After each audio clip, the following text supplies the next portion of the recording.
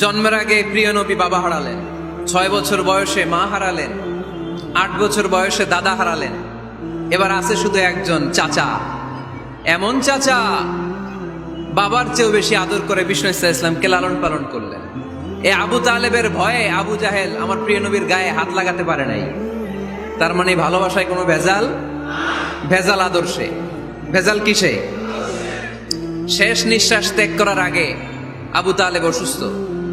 আবু জাহেল উতবা সাইবা একদিকে, আমার নবী আরেকদিকে। আমার প্রিয় নবী বললেন, চাচা আজীবন আপনি ছাতার মতো আমাকে আশ্রয় দিয়েছেন, আজীবন আপনি বাবার মতো কোলে পিঠে করে মানুষ করেছেন। একবার শুধু আমার কানে কানে বলেন লা ইলাহা ইল্লাল্লাহ মুহাম্মাদুর রাসূলুল্লাহ, বাকিটা আমি আল্লাহর সাথে বুঝে নেব। কিন্তু আবু জাহেলও পাশে আছে না নাই? আবু জাহেল কয় না, আবু তালেব খবরদার, আজীবন যে শিরকি ধর্মের উপরে ছিল ওইটার উপরেই থাক, বাপ দাদার ধর্মে চুন কালি মাখিস না। একবার আবু তালেব প্রিয় নবীর নুরানি চেহারার দিকে তাকায়, মনে মনে ভাবে এখনই পড়ে ফেলি কালিমা, মুহাম্মদের আদর্শই আমার আদর্শ বানায় ফেলি। আবার যখন আবু জাহেল উতবা সাইবার দিকে তাকায়, মনে মনে ভাবে না, আগের ধর্ম ছাড়তে চাই না। এই দোটানা অবস্থা থেকে শেষ নিঃশ্বাস ত্যাগ করার আগে আবু তালেব এটা বলে মারা গিয়েছে, আলা মিল্লাতি আব্দুল মুত্তালিব, আমি আব্দুল মুত্তালিবের শিরকি ধর্মের উপর থেকে শেষ নিঃশ্বাস ত্যাগ করলাম। তার মানে আল্লাহর দেয়া বিধান অনুযায়ী সে জান্নাতি না জাহান্নামী? শুধু যে নবীরে ভালোবাসছিল কোনো কাজে আসছে? কথা বলেন। তাহলে শুধু ভালোবাসা আমারে বাঁচাতে পারবে না। নবীর ভালোবাসার পাশাপাশি আমার নবীর আদর্শ জীবনে থাকার দরকার আছে না নাই? এজন্য আল্লাহ নবীর পরিচয় দিয়ে বললেন, মুহাম্মাদুর রাসূলুল্লাহি ওয়াল্লাযীনা মাআহু আশিদ্দাউ আলাল কুফফারি রুহামাউ বাইনাহুম। কোরআন আমাদেরকে বলে তোমাদের প্রিয় নবীর প্রথম পরিচয় তিনি রাসূলুল্লাহ সাল্লাল্লাহু আলাইহি ওয়াসাল্লাম। তিনি হলেন আল্লাহর রাসূল। তার সাথে যারা থাকে তারা কাফেরদের ব্যাপারে বজ্র কঠোর, মুমিনদের ব্যাপারে পুষ্পকোমল। সুবহানাল্লাহ পড়ে। আবার কোরআন বলে, ওমা মুহাম্মাদুন ইল্লা রাসূলুন ক্বাদ খালাত মিন ক্বাবলিহির রাসূল। মুহাম্মদ রাসূল ছাড়া অন্য কেউ নন, তার আগে এরকম অনেক রাসূল দুনিয়ায় এসে আবার বিদায় নিয়েছে। ঠিক কি না? তাহলে কোরআন কিন্তু প্রথম পরিচয় দিয়ে দিলে, 1 নাম্বার পরিচয় আমার নবীর। 1 নাম্বার পরিচয় জোরে বলেন, 1 নাম্বার পরিচয় তিনি রাসূলুল্লাহ, আল্লাহর রাসূল। কিন্তু আমার নবী এত বিনয়ী, এত ভদ্র, এত নম্র, এত শান্ত, এত শিষ্ট, এত হাম্বল। আউট অফ হাম্বলনেস তিনি নিজেকে রাসূল পরিচয় দিতে লজ্জাবোধ করতেন। তিনি নিজেকে রাসূল পরিচয় দেওয়ার আগে নিজের আরো ছোট করে বলতেন, আমি আল্লাহর গোলাম, তারপরে রাসূল। সুবহানাল্লাহ কইতে পারলেন না? কত ভদ্র মানুষ, কত বিনয়ী মানুষ।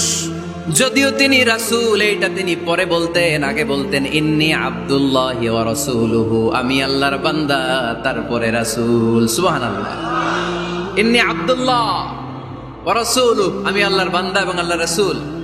আমরাও যখন আত্তাহিয়াতু পড়ি, শাহাদা বাক্য যখন পড়ি, আমরা পড়ি আশহাদু আল্লা ইলাহা ইল্লাল্লাহ ওয়া আশহাদু আন্না মুহাম্মাদান।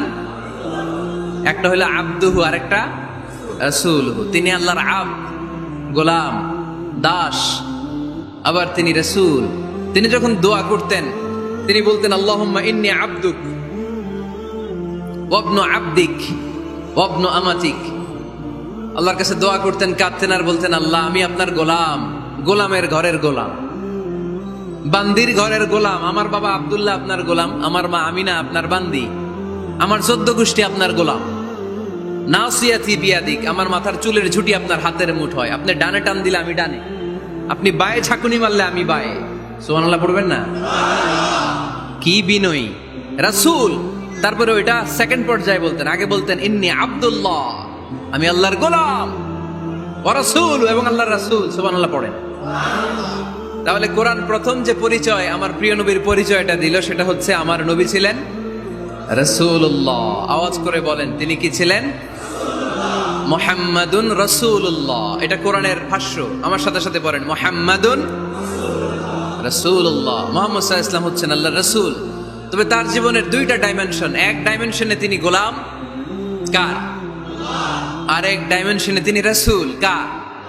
তাহলে আমার নবীর প্রথম পরিচয় ক্লিয়ার। প্রথম পরিচয় কি? রাসূলুল্লাহ। আওয়াজ করে বলতে হবে, প্রথম পরিচয় কি? এবার কোরআনকে যদি বলি, কোরআন বুঝলাম তিনি নবী, রাসূল।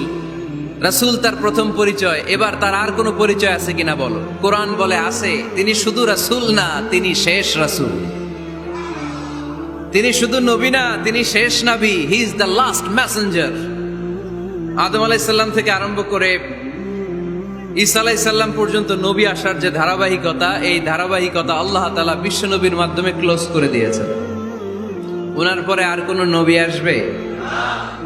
ওনার পরে আর কোন রাসূল আসবে?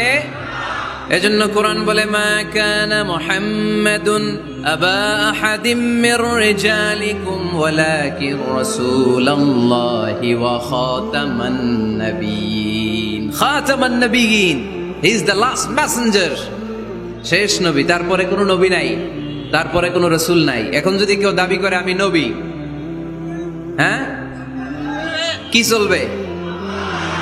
খালি মাইর চলবে, আওয়াজ ছাড়া। মাইর হবে, আওয়াজ হবে।